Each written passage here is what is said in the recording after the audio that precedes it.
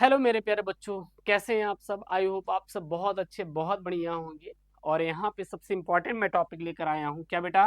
विस्थापन अभिक्रिया। सर ये विस्थापन अभिक्रिया होता क्या है? आपके यूपी बोर्ड क्लास 10th की जो साइंस होती है उसमें हर साल बेटा बोर्ड में आता है, हर साल, कि सर विस्थापन अभिक्रिया होता क्या है। पेपर में प्रश्न कैसे बनता है, थोड़ा ये ध्यान दीजिएगा। पेपर में प्रश्न ये बनता है बेटा कि विस्थापन अभिक्रिया किसे कहते हैं, डी डिस्प्लेसमेंट रिएक्शन क्या होता है, और इसका उदाहरण सहित आप क्या करिए बेटा, स्पष्ट कीजिए। बस ये देगा, इसके सिवा बेटा आपको कुछ भी वहां पे लिखने के लिए नहीं रहेगा। अच्छा सर, विस्थापन अभिक्रिया क्या होता है और इसका बेटा आपको क्या करना है, यहाँ पे उदाहरण सहित बेटा आपको स्पष्ट करना रहेगा, लिखना रहेगा। कैसे करेंगे जरा ध्यान दीजिए, कुछ नहीं करना है। आप बैठे हैं, आप हैं मान लीजिए मुख्यमंत्री।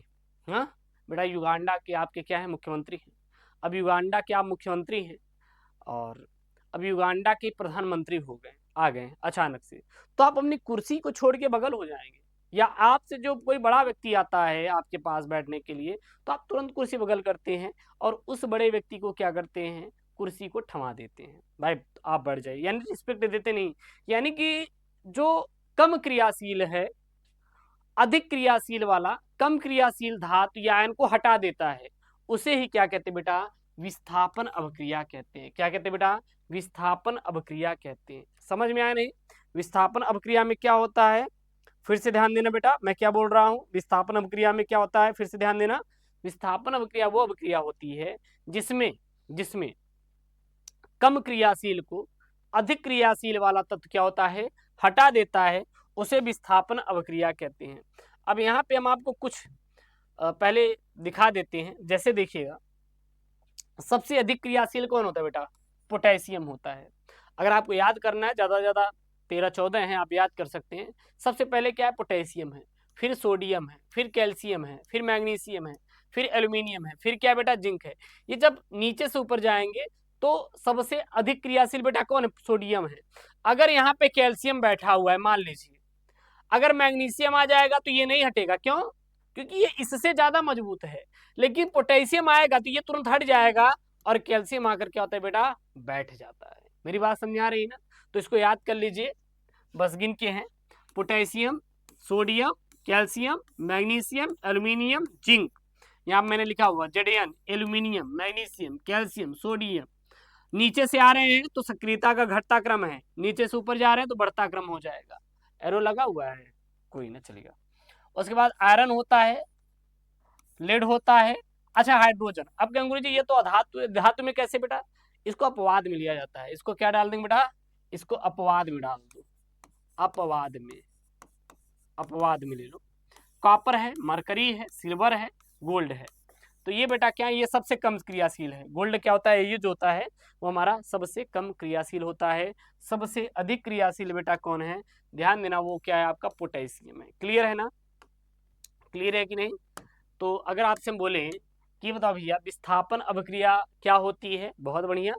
वह रासायनिक अभिक्रिया जिसमें अधिक क्रियाशील तत्व कम क्रियाशील तत्व को उसके यौगिक के जलीय विलयन से क्या करता है बेटा, विस्थापित कर देता है, हटा देता है, उसे क्या कहते हैं हम लोग, विस्थापन अभिक्रिया या डिस्प्लेसमेंट रिएक्शन कहते हैं। तो बेटा डिस्प्लेसमेंट रिएक्शन या विस्थापन अभिक्रिया क्या होता है, आप सीधा बोल दीजिएगा कि वह रासायनिक अभिक्रिया जिसमें कम क्रियाशील तत्व को अधिक क्रियाशील तत्व यौगिक के जलीय विलयन में से क्या करते हैं बेटा, विस्थापित कर देता है, उसे ही क्या कहते हैं, विस्थापन अभिक्रिया कहते हैं। सर उदाहरण के लिए आप कुछ बताएं क्या बेटा? हम आपको बता रहे हैं विस्थापन अभिक्रिया का एक उदाहरण, बहुत प्यारा उदाहरण है। मान लीजिए कि आपके जिन में कोई लड़की आई, आपको लवेरिया रोग हुआ है, यानी कि आप ग्रसित हैं लवेरिया से। अब आप अधिक मालदार पार्टी नहीं है, मान लीजिए वो लड़की जो है, अब उस लड़की के जीवन में आपसे अधिक कोई मालदार पार्टी आ गई तो आपको छोड़कर बेटा क्या होगी, वो भाग जाएगी किसी और के साथ। तो बेटा क्या हो गया हमारा, विस्थापन अभिक्रिया, यानी कि अब आपको विस्थापित कर दिया। क्यों? क्योंकि आपके पास सरकारी नौकरी थी नहीं, इसलिए कहते बेटा सरकारी नौकरी ले लो, है कि नहीं? तो भाग जाएगी छोड़ के, ए भैया। तो वो जो अधिक क्रियाशील वाला है आपको क्या किया बेटा, विस्थापित कर दिया। उसे ही क्या कहते हैं हम लोग बेटा यहाँ पे विस्थापन अभिक्रिया यानी कि डिस्प्लेसमेंट रिएक्शन कहते हैं। क्या कहते हैं? डिस्प्लेसमेंट रिएक्शन कहते हैं। क्लियर है का? एक बार बोलिएगा। यानी कि जैसे CuSO4 में जब हम आयरन को डालते हैं तो हमारा जो कॉपर से आयरन ज्यादा क्या होता है बेटा? क्रियाशील है। तो ये क्या करता है? Cu को हटाकर खुद बैठ जाता है सल्फर के साथ, यानी कि फेरस सल्फेट बना लेता है, साथ ही साथ कार्बन क्या करता है? विस्थापित कर देता है। कॉपर सल्फेट के जल विलय में जब जिंक को डालते हैं तो जिंक सल्फेट बना लेता है, कॉपर को विस्थापित कर देता है। आयरन सल्फेट जल विलय में जिंक को डालते हैं तो बेटा जिंक सल्फेट बना लेता है और आयरन को क्या करता है बेटा? विस्थापित कर देता है। इसी को क्या कहते हैं? विस्थापन अभिक्रिया यानी डिस्प्लेसमेंट रिएक्शन कहते हैं। एक मैं आपको प्रश्न दे रहा हूं, आप इसको थोड़ा सा कहिएगा, नहीं तो हम आपको बता देंगे। कॉपर सल्फेट के नीले विलयन में लोहे की कील डालने पर रंग क्यों बदल जाता है? ऐसा कारण क्या है? आप खुद सवाल का जवाब इससे दे पाएंगे, ऐसा क्या कारण है? तो आप लोग बताइएगा। आई होप ये वीडियो पसंद आया होगा, सो प्लीज यार वीडियो को लाइक करिएगा, चैनल को सब्सक्राइब करिए। मिलते हैं नेक्स्ट वीडियो में। दोस्तों thank you, take care, bye bye, love you all.